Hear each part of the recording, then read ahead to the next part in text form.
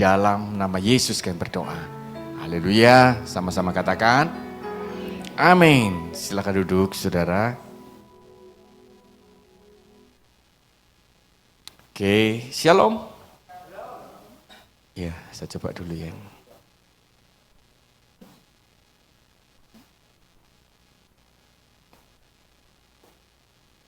Ya, coba. Ke bawah ya. Oke, ya, coba. Ya, saudara, saya akan bicara tentang cross over comfort. Saudara, ya, jadi kita bicara salib ya. Saudara, jadi kalau kita sudah ya kayaknya coba.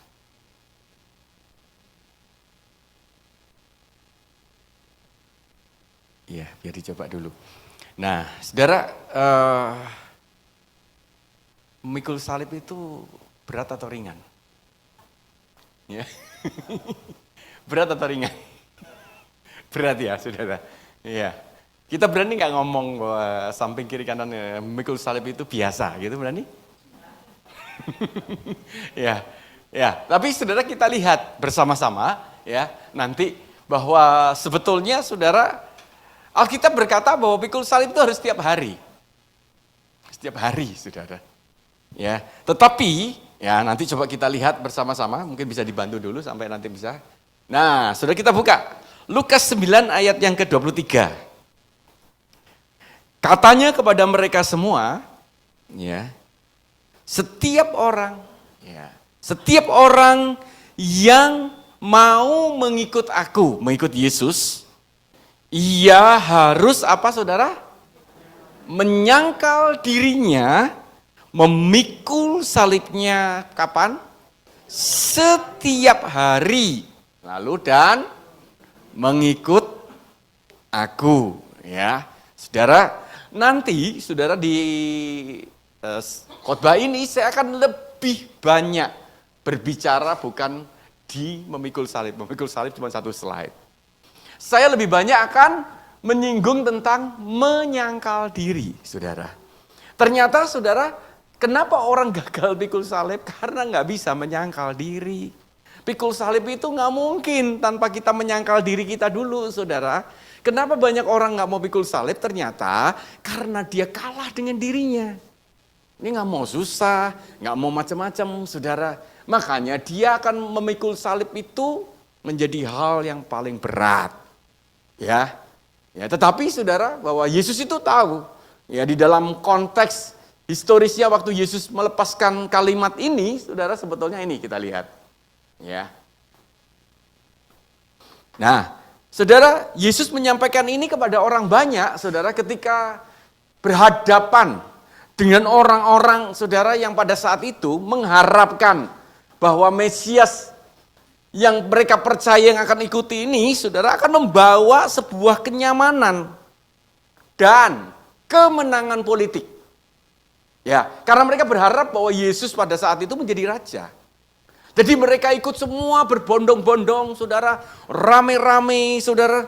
Mereka, saudara, mengharapkan bahwa mereka ada sebuah kenyamanan, kemenangan politik raja nanti, saudara. Ya. Mereka berharap bahwa mereka menyaksikan Yesus memberi makan 5.000 orang dengan cuman berapa saudara? 2 ekor ikan dan 5 ketul roti. Saudara, sehingga mereka berpikir bahwa mereka nggak perlu MBG. Ya, nggak perlu makan gratis lagi. Karena kalau lapar, Yesus tinggal buat mujizat. Ya, kira-kira begitu, saudara.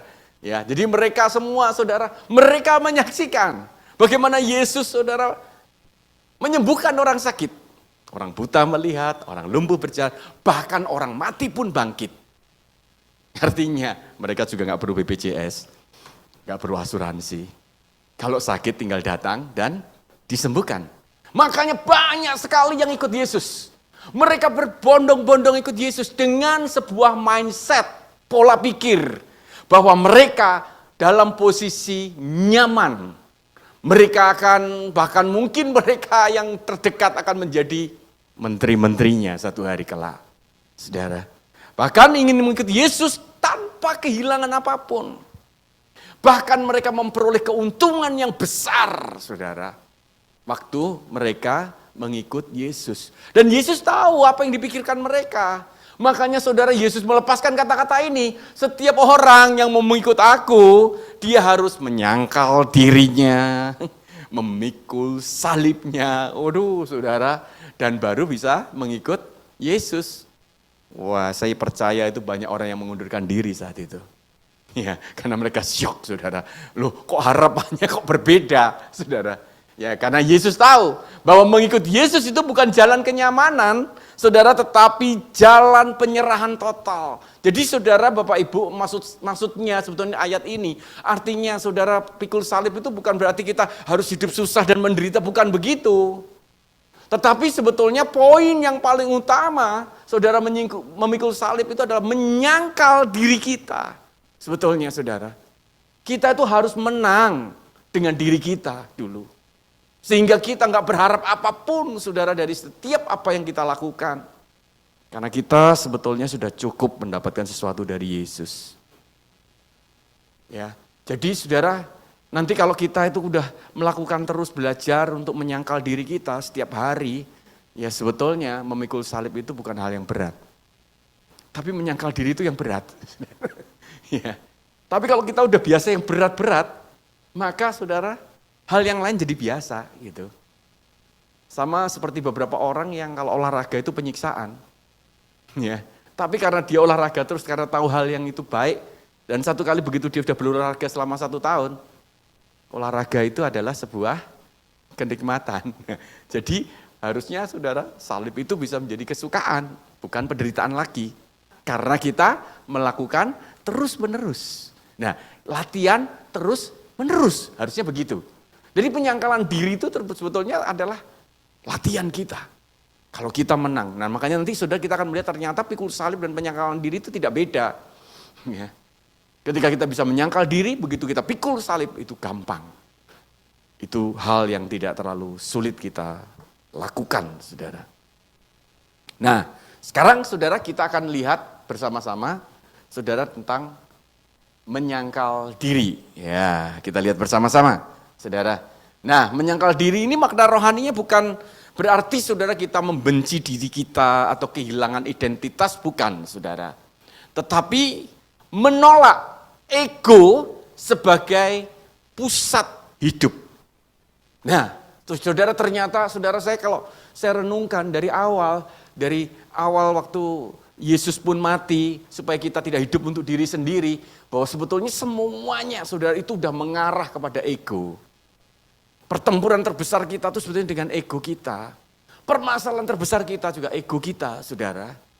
Jadi kalau orang itu udah menang dengan egonya, nggak ada banyak masalah sebetulnya. Walaupun masalah itu tiba dalam hidupnya. Ya, masalah-masalah itu muncul, coba lihat sudah, konflik demi konflik. Itu muncul karena apa? Ego, saudara. Ya, bahkan saya menjumpai di gereja kami, saudara.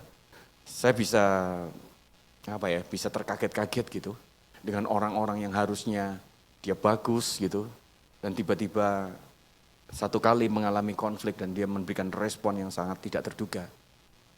Ya, dan saya pikir bahwa itu adalah sisi gelapnya dia, dark side-nya dia. Setiap orang tuh punya dark side. Kalau itu kita nggak mau jujur, saudara, setiap saat itu akan tersimpan. Nah, ketika itu munculnya kapan, saudara? Kapanpun, kita nggak pernah tahu. Begitu muncul, kita akan mengenal, oh dia nggak seperti itu. Tetapi saudara, kalau kita telusuri, ya dia masih menyembah egonya. Poinnya saudara, ego. Ya kan? Konflik itu sebetulnya kan biasa ya saudara. Karena kita adalah makhluk hubungan. Amin. Ya, kita tuh biasa, kita tuh makhluk hubungan. Jadi kalau makhluk hubungan, berarti saudara, problem kita sebetulnya banyak di hubungan juga. Dan harusnya kita juga menang di hubungan. Maka Tuhan itu adalah Tuhan yang membangun hubungan. Nah, jadi saudara, makna dari rohani menyangkal diri itu adalah menolak ego, saudara, sebagai pusat dari hidup kita. Nah, selama ego kita tidak turunkan, maka Yesus tidak bisa kita naikkan dalam hati kita. Enggak akan pernah bisa. Makanya kingdom of God itu musuh terbesarnya adalah kingdom of self, itu ada di area ini. Jadi jangan bosan-bosan ketika kita mulai menyinggung terus, saudara. Kita tersinggung karena apa? Ego. Ya, kita tahu kita harus kalahkan itu. Ya, ketika kita minta sesuatu hal yang orang lain tidak bisa penuhi, kita marah karena apa? Ego kembali. Makanya saudara, ego itu saudara seringkali daging gitu berkata, aku mau yang ini, aku mau yang nyaman, aku mau yang seneng, ini harusnya aku mau, aku merasa tidak salah, aku merasa lebih hebat, aku merasa, nah saudara, aku berhak, waduh saudara, karena aku tidak salah, aku berhak melakukan apapun, berhak. Siapakah saudara ini? Aku mau. Saudara, bukankah itu ego yang berkata seperti ini? Aku mau, aku merasa, aku berhak loh untuk mendapatkan semuanya ini. Walaupun sudah kelihatannya mulia, aku udah melakukan semuanya dengan baik, aku berhak menerima pujian. Aku berhak dihormati, aku berhak dihargai. Apa itu saudara? Ego. Kita bertempur saudara. Ya. Tetapi saudara, salib berkata bahwa Tuhanlah yang harusnya memimpin semuanya, bukan kita yang memimpin. Apa kata Tuhan dalam kehidupan kita? Kalau Tuhan berkata bahwa lepaskan, ya lepaskan. Kalau Tuhan katakan ampuni, ya ampuni. Bukan kita, bukan ego kita. Nah seringkali saudara, kita itu gagal ketika kita ngotot dan kita kasih makan ego kita saudara. Gak akan pernah selesai loh saudara. Dan saya melihat ketika ego dikasih makan saudara, rasional semuanya itu udah gak berjalan semuanya. Orang udah gak berpikir kebenaran lagi. Yang dipikir adalah bagaimana dia puas. Bagaimana kita puas. Ya, kalau toh ada orang salah gitu mau mengampuni, enggak. Kalau boleh saudara, dia merangkak di kita sampai minta ampun seperti apa kita baru puas. Betapa mengerikan.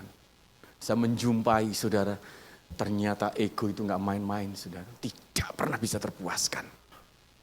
Jadi yang bisa kita lakukan bukan memuaskan dia, menurunkan dia. Dan menaruh Yesus dalam hati kita. Dan kita katakan stop, berhenti. Bukan kamu yang memimpin. Yesus yang memimpin. Nah ini butuh proses saudara. Butuh waktu yang terus kita berlatih. Bisa gagal, kadang-kadang kita gagal. Enggak apa-apa, waktu kita gagal, kita bangkit lagi. Kita periksa kehidupan kita lagi terus. Iya Tuhan, kok saya masih tersinggung begini ya? Ada apa ini? Saya harus menang. Loh Tuhan kok saya di-drive begini ya? Kok bisa begini ya? Saya enggak boleh, saya harus menang. Dan kita minta kekuatan Tuhan, beri kau kekuatan untuk menang.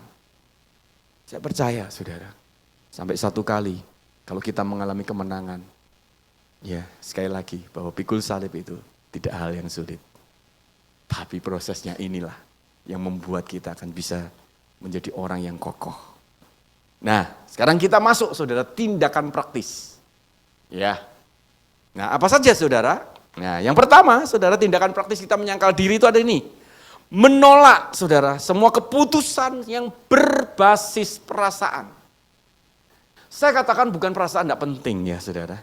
Tapi tidak semua yang kita rasa itu benar masalahnya. Ya, dan itu adalah kehendak Tuhan, enggak saudara. Ini pertempuran terbesar kita. Kita lihat seringkali.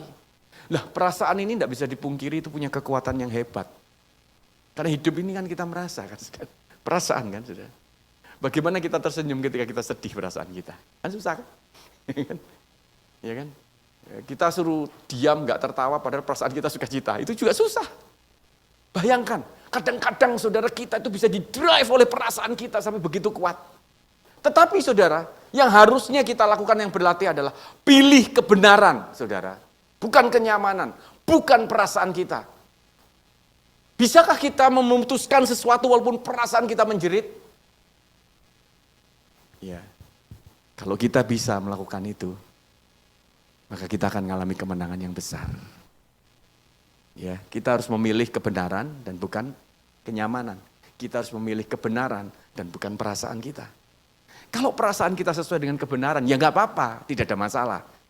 Tetapi tidak semua yang kita rasa itu selalu benar. Ya, saya merasa, saya sering ketemu ada beberapa orang saudara yang karunianya kenabian, dia ngomong, saya merasa. Saya katakan sebentar. Dan biasanya yang saya rasa selalu benar. No, saya katakan begitu. Semua apa yang kita rasa harus ada dasar firman-Nya, saya katakan. Kalau itu ada dasar firman-Nya baru benar. Tapi tidak semua. Saya merasa kayaknya dia kurang benar. Belum tentu benar. Loh, dia bisa merasa begitu. Dan biasanya yang saya rasa selalu benar. Saya kata, tidak, saya jawab gitu, sudah saya patahkan dulu. Hati-hati, saudara. Kok saya merasa dia nggak suka sama saya? Loh, merasa, saudara.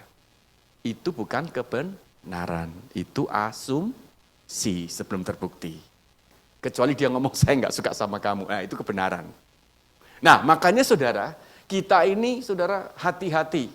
Waduh saudara, saya ini ketemu ya anak-anak muda saudara, di gereja kami itu. Hanya karena konflik sedikit perasaan, tinggalkan semua pelayanan. Saya bingung saudara. Ini kok bisa begini, ini kenapa ini orang ini ya? Logika udah nggak jalan semuanya. Pokoknya perasaan, semuanya dimunculkan semuanya. Dia mau bergerak sesuai dengan apa yang dia rasa. Jadi sebetulnya ini kembali ke kanak-kanak. Jadi sekali lagi bahwa perasaan itu bukan tidak penting ya. Kita pun memuji Tuhan harus penuh dengan perasaan yang mencintai dia. Tetapi hati-hati, kalau semua keputusan, semua apa yang kita kerjakan berbasis perasaan.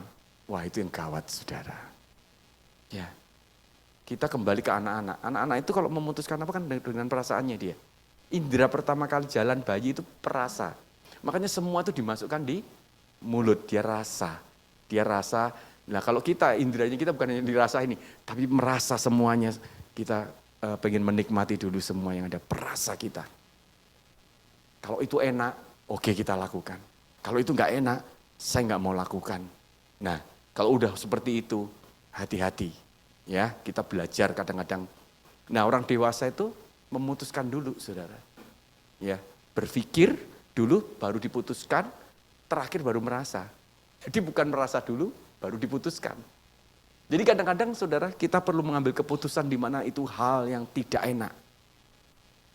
Itu mungkin menggores perasaan kita, tapi itu hal yang benar. Apakah kita bisa berlatih seperti itu? Nah seringkali saudara kalau kita nggak punya hubungan dengan Tuhan, nggak membangun dengan benar, kita terluka loh saudara. Makanya banyak orang pemimpin tuh stres. Penelitian saudara. Gembala itu 80% katanya stres loh penelitian. Hati-hati Pak Yom. Ya itu survei saudara, di dunia ya semua ya.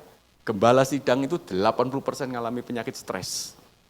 Ya karena dia berhubungan dengan seperti itu terus saudara. Dia harus putuskan. Kalau dia putuskan yang benar, dia korbankan perasaan. Kalau dia ngikuti perasaan, jadi tidak benar. Loh, mana yang harus dipilih? Nah, itu tidak gampang. Nah, bagaimana dengan kehidupan kita?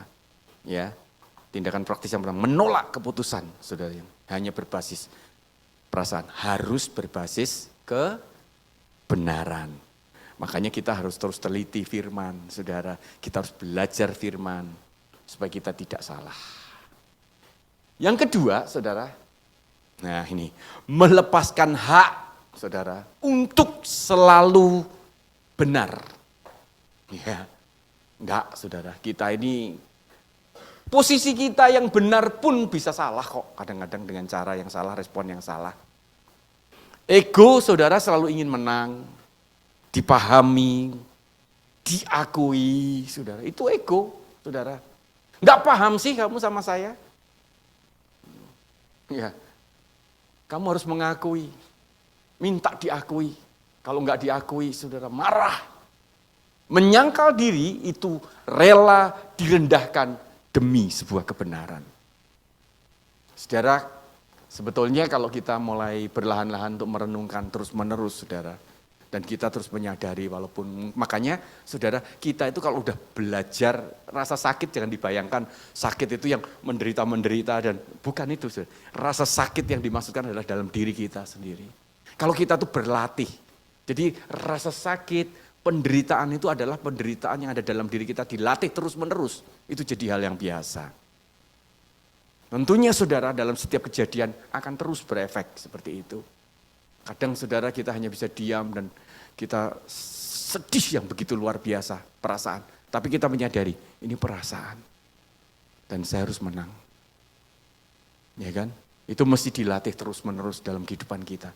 Yang kita nggak bisa saudara, begitu sedikit kalah dengan perasaan.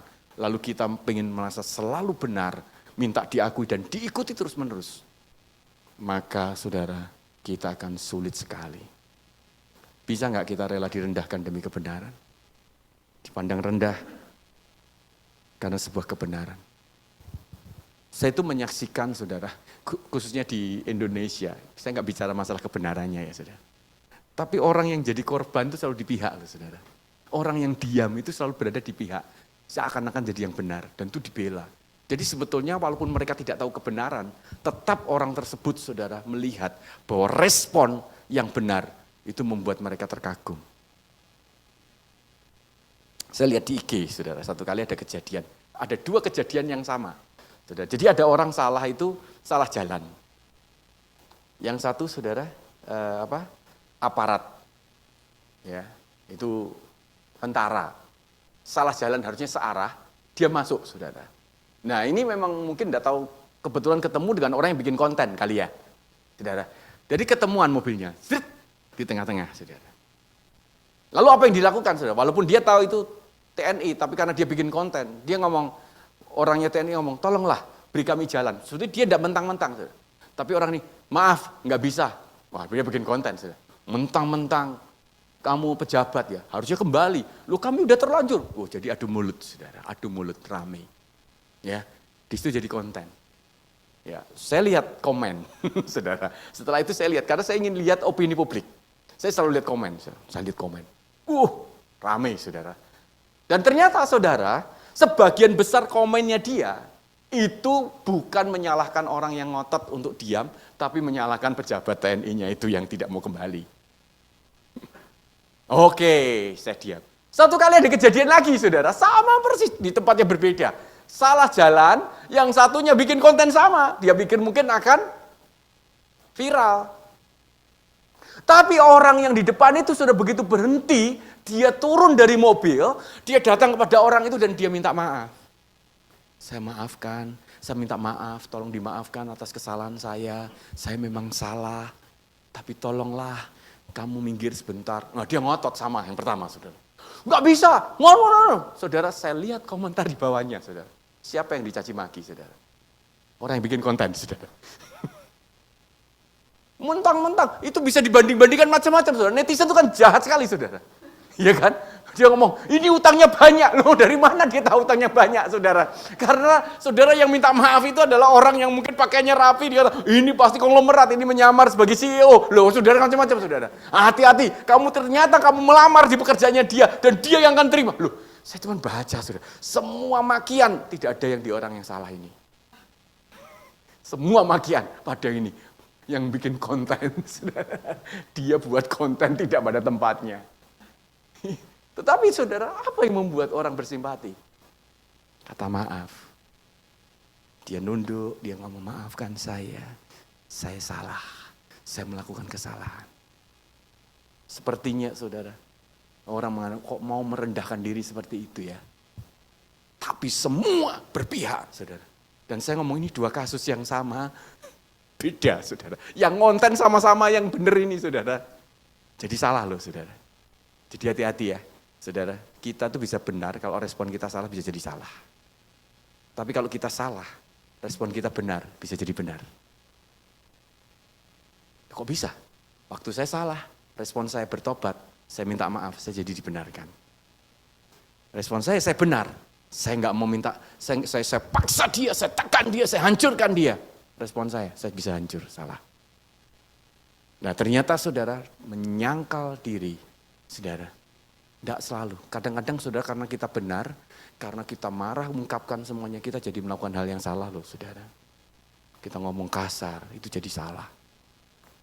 Ya, jadi tidak ada kok yang kita semuanya benar 100%, yang satunya salah 100%. Kadang-kadang semua konflik yang terjadi itu juga penyebabnya dari 2 belah pihak. Makanya saudara, kalau kita udah mulai terjadi sesuatu hal dalam kehidupan kita, gak perlu cari siapa yang benar, siapa yang salah. Kita sama merendahkan diri dan kita mencari solusi bersama-sama. Dan itu mudah dilakukan buat orang yang biasa menyangkal diri. Kalau gak pernah menyangkal diri, tidak mudah. Jadi kalau hari ini ada konflik yang tidak pernah selesai bertahun-tahun, jangan-jangan kita belum pernah menyangkal diri kita. Ya. Ternyata untuk selalu benar itu perlu hak yang kita lepaskan. Saudara, enggak apa-apa. Sejak waktu kita salah pun kita akui itu enggak mengurangi apapun kok sebetulnya. Nah, yang ketiga, saudara, adalah tindakan ini. Mengutamakan kehendak Tuhan di atas keinginan pribadi kita. Ya. Dalam setiap keputusan kita, baik itu karir, relasi, pelayanan. Saudara. Bukan apa yang saya mau, tetapi apa yang Tuhan mau. Ini pertempuran saudara kita dalam setiap hari. Yesus sudah mencontohkan. Di Taman Getsemani waktu dia berdoa saudara. Dia ngomong, kalau boleh. Loh, berarti Yesus itu punya kehendak loh saudara. Kalau boleh cawan ini lalu daripadaku. Kalau boleh. Tapi yang luar biasa dia berkata. Tetapi bukan karena kehendakku. Tapi biarkan kehendakmu yang terjadi. Jadi dia punya kehendak, saudara. Tetapi dia serahkan semua kehendak itu kepada Tuhan. Pertempuran kehendak kita, saudara, itu menjadi salah satu belajar kita untuk menyangkal diri kita. Baik itu di karir, hubungan, dan pelayanan semuanya. Apa yang Tuhan mau? Itu menjadi sebuah pertanyaan. Kalau Tuhan maunya seperti ini, dan itu membuat kita tidak nyaman, kita akan lakukan. Tapi seringkali saudara, kita selalu mengatakan kita kepingin Tuhan mengikuti kita. Ya, kalau ikut Tuhan tuh enak, dia kata gitu. Ya enak kalau dia cocok sama kita misalkan. Tapi saudara seringkali kalau kita nggak menang dengan ego kita, Tuhan tuh selalu memproses kita bagaimana caranya. Untuk kita mengikuti apa yang dia mau, bukan apa yang kita mau. Ya, ini adalah pertempuran bagaimana kita bisa mengalahkan kehendak pribadi kita. Nah, kemudian saudara kita lihat. Yang keempat, saudara, mati terhadap keinginan daging setiap hari. Ya. Berkata tidak pada apa saudara? Kenyamanan berlebihan, dosa kecil yang ditoleransi, kemudian keinginan yang tidak selaras dengan kehendak Tuhan. Bisa enggak saudara? Kita itu belajar selalu berkata, no, tidak seperti ini. Aku harus melakukan seperti ini walaupun aku enggak suka. Nah, disitulah saudara sebetulnya latihan itu terjadi. Seperti atlet bertanding itu saudara. Bertandingnya sebenarnya enggak lama. Ya, kalau saya di karate ya, bertandingnya cuma 3 menit. 3 menit sudah berat. Kalau tinju, saudara, tinju yang amatir itu, yang lomba itu 3 menit kali 3 ronde. Tapi yang profesional itu jadi 12 ronde. Nah, itu berat loh saudara, 3 kali 12 itu, waduh, itu fisiknya cukup berat. Tapi latihannya itu bertahun-tahun, bahkan puluhan tahun, saudara. Jadi sebetulnya pertandingan itu cuman hanya sekedar ujian. Apakah latihan kita benar atau tidak. Demikian juga dalam kehidupan kita, dalam permasalahan kita. Saudara, sebetulnya ketika kita menghadapi masalah itu ujiannya. Latihannya kita, saudara, adalah setiap hari, saudara, kita tuh berlatih. Makanya setiap hari kita menjumpai dan kita harus mulai berkata, tidak, saudara, pada keinginan-keinginan daging ini semua. No, bukan itu. Nggak boleh seperti ini, nggak bisa. Saudara. Ini nggak boleh dilakukan. Kita harus belajar terus setiap hari Bapak Ibu. Berkata tidak itu. Ya. Sampai satu hari saudara begitu kita menerima permasalahan. Kita jadi tenang. Kita bisa santai. Kok kita bisa menang ya? Dan saudara mesti percaya. Bukan hanya apa yang kita latih. Tapi Tuhan kalau kita mau melatih hidup kita terus. Selaras dengan apa yang Tuhan mau. Begitu satu kali saudara. Tiba setiap permasalahan, Tuhan yang akan memampukan kita, saudara. Tidak tahu, saya pernah share gak ya di sini? Saya pernah khotbah, saudara. Dan tiba-tiba ada satu jemaat berdiri, saudara. Bohong, salah. Bayangkan, saya di tengah-tengah khotbah, itu bukan di gereja saya sendiri, saya diundang, saudara. Dan yang ngomong seorang profesor, ya, usianya sudah hampir 70 lebih, hampir 80. Tapi bukan masalah dia menyanggah firman-Nya, saya cuma menunjukkan penelitian. Yang sebetulnya penelitian itu tidak sama sekali tidak korelasi dengan usianya dia. Saya mengatakan sekarang AI, saya menunjukkan bahwa di Amerika itu sekarang itu ada sebuah penelitian bahwa karena AI, maka pengacara-pengacara muda itu tidak laku, saudara. Karena mereka konsultasi hukum sekarang udah nggak lewat pengacara. Lewat ya ChatGPT, Gemini, macam-macam. Itu kan sudah, sekarang kan terbukti ya sekarang ya. Tapi waktu saya cerita belum ada ini, ChatGPT belum ada, saudara. Loh, sekarang aja saudara saya, kalau hasil lab misalkan ya saudara, saya CT kardiak misalkan, saya minta hasilnya, saya minta PDF-nya dikirim. Saya nggak perlu konsultasi dari dokter dulu, saya masukkan ke ChatGPT. Itu udah keluar semua ulasan semuanya. Dan apa yang disampaikan dia nanti saya dengar dari dokter sama. Ya kan? Jadi saya tinggal masukkan aja. Terus teman-teman yang lain, saudara mau beli skincare apa? Itu anak saya foto wajahnya, dimasukkan ke ChatGPT. Dia udah disarankan, saudara. Kulitmu begini, kamu harus pakai ini.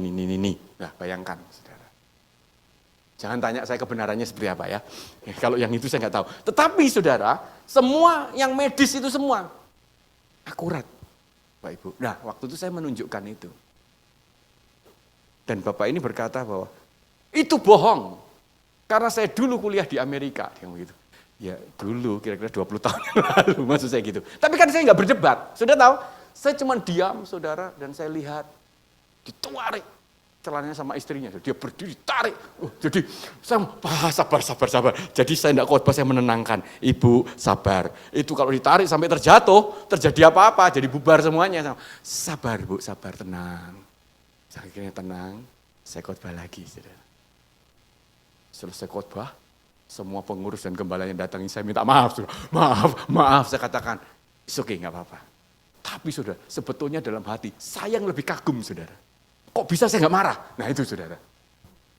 Nah iya kan, saya kagum. Saya tahu, saudara, keterbatasan saya tahu persis. Saya bukan orang yang sabar, saudara.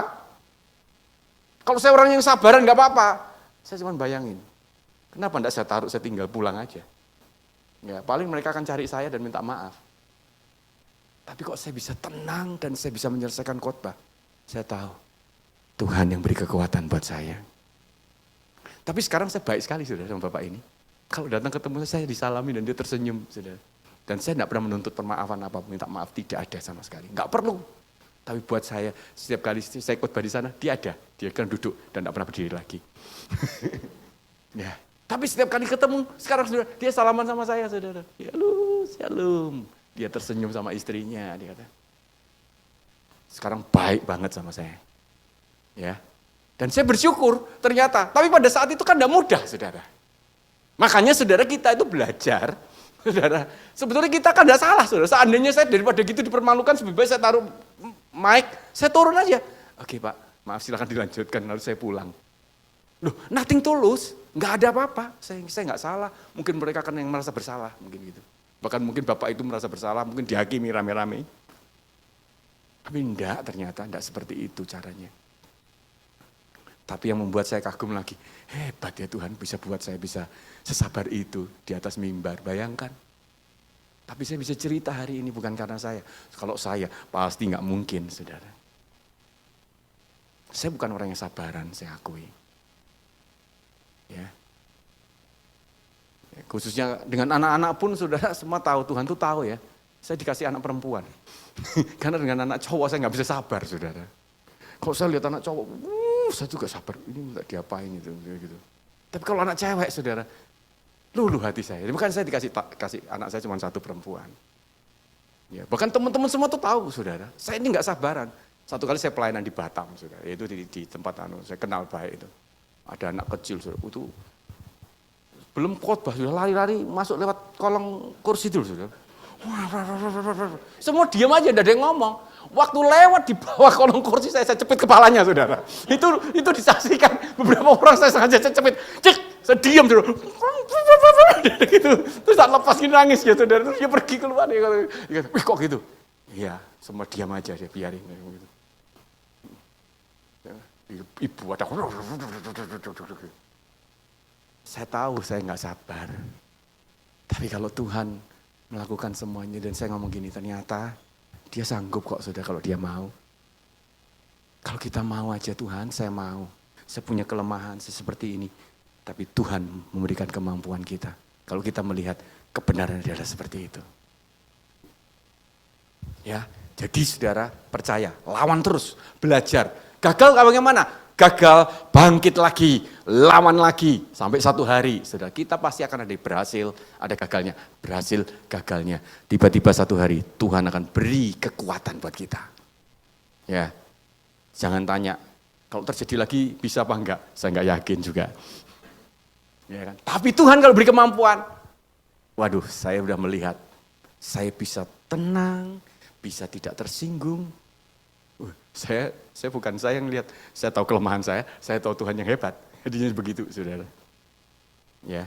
Nah jadi saudara menyangkal diri itu saudara menolak menjadikan diri sebagai pusat dan memberi tahta hidup kita kepada Tuhan. Nah itu menyangkal diri itu begitu. Hanya pertempurannya itu aja saudara. Turunkan ego, naikkan Yesus. Nah itu aja cuma itu.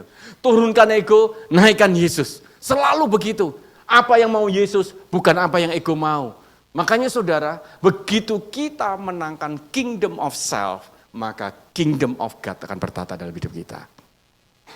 Nah itu setiap hari kita harus ini dulu. Nah makanya saudara setelah itu, baru ini satu slide tentang memikul salib. Nah saudara lihat ya, ini mikul salib ini ya. Yang pertama adalah gini, pilih taat. Walaupun tidak nyaman, tetap benar walaupun rugi, tidak enak atau sulit. Gampang atau enggak kalau udah nyangkal diri? Masih berat Pak. Oh ya. Berani bayar harga, bersedia menanggung konsekuensi, ketaatan kepada Kristus, meskipun harus kehilangan kenyamanan, keuntungan atau penerimaan manusia. Katakan tidak pada daging, menolak keinginan yang salah. Kenyamanan berlebihan, kompromi kecil. Tadi kan semuanya sebetulnya ini saudara saya rangkum dari apa yang kita sudah latih waktu kita menyangkal diri, betul? Ya, kalau setiap hari kita latih saudara, sebetulnya memikul salib itu hal yang biasa. Amin. Ngomong kiri kanan, memikul salib itu biasa. Nah, tolong direkam. Nah, nanti oh ya, biasa. Oke, tapi harus menyangkal diri setiap hari. Harus sangkal diri terus. Kalau sangkal diri terus, pikul salib itu biasa. Karena kita sudah sering merasakan penderitaan jiwa ini udah sering. Karena perasaan kita yang memberontak, kita udah sanggup tundukkan itu terus. Ya. Makanya saudara, tadi saya katakan bahwa slide saya memikul salib itu cuman satu ini aja, saudara, yang menjelaskan semuanya. Tadi semua tentang menyangkal diri. Ya, kesimpulannya yaitu memikul salib itu memilih kehendak Tuhan di atas kenyamanan diri kita setiap hari. Ya, memilih kehendak Tuhan. Ya, di atas kenyamanan kita. Apa yang Tuhan mau? Dan kalau kita sudah berlatih dengan sebuah ketidaknyamanan, maka hal ini akan menjadi mudah. Dan baru setelah itu saudara, firman Tuhan tadi berkata baru mengikut Yesus. Nah ini saudara, baru mengikut Yesus. Nah mengikut Yesus itu berarti apa saudara? Bukan hanya, saya jadi pengikutnya Yesus, bukan hanya itu. Tetapi harus mengikuti cara hidupnya. Bagaimana Yesus menyerahkan kehendaknya dia pada Bapa. Mengikuti pola salibnya dia. Bagaimana dia pikul salib, saudara. Dia gak peduli kok, saudara. Dia direndahkan seperti apa, dia gak peduli. Dia gak bingung dengan reputasi semuanya. Yesus, walaupun dia mampu, dikatakan gak mampu, gak apa-apa. Itu lebih berat loh, saudara. Kalau saudara mampu melakukan sesuatu dan saudara di posisi saudara diam, gak boleh melakukan, itu lebih berat. Daripada kita memang betul-betul gak mampu. Ya, waktu Yesus diremehkan di kayu salib, saudara, Coba bayangkan, waktu Yesus ditutupi kain, tebaklah. Waktu dia dipukul, tebaklah siapa yang mukul. Harusnya Yesus tahu enggak? Tahu dia. Tapi itu jadi sebuah permainan kan saudara. Ditertawakan. Waktu dia di atas kayu salib, ayo selamatkan dirimu. Apakah dia mampu menyelamatkan diri? Mampu. Dia adalah Tuhan. Tapi dia enggak mau melakukan.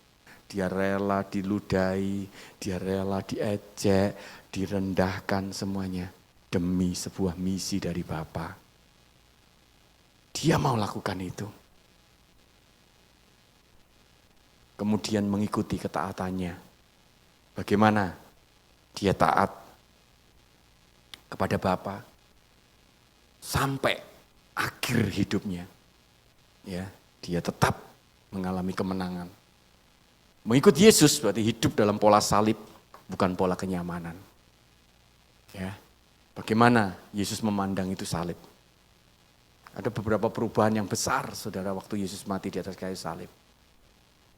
Ya, yang pertama, saudara, menyelamatkan kita. Kita yang harusnya binasa, nggak binasa. Tapi yang kedua, salib sendiri berubah total, saudara.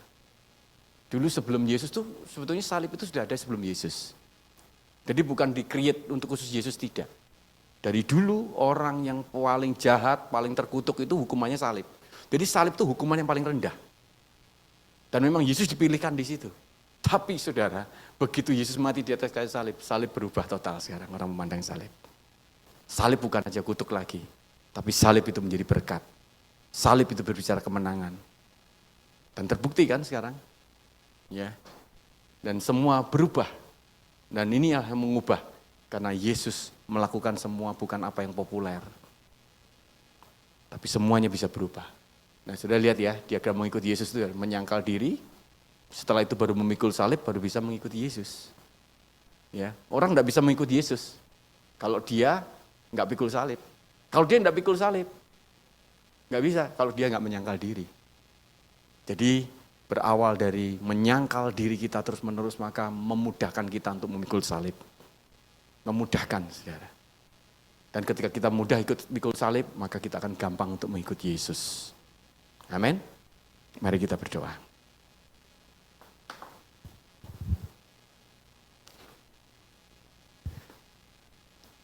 Kami percaya bahwa Engkau akan memampukan kami, Tuhan, untuk memikul salib-Mu setiap hari. Tapi kami harus bertempur dan harus terus menyangkal diri kami.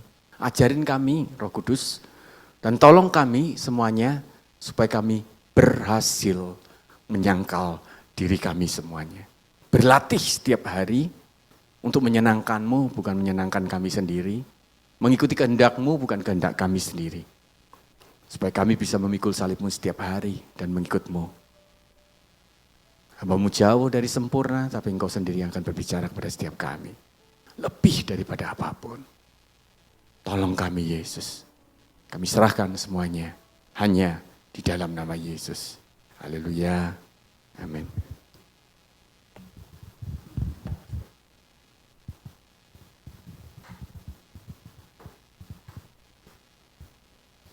Saudara diberkati firman Tuhan.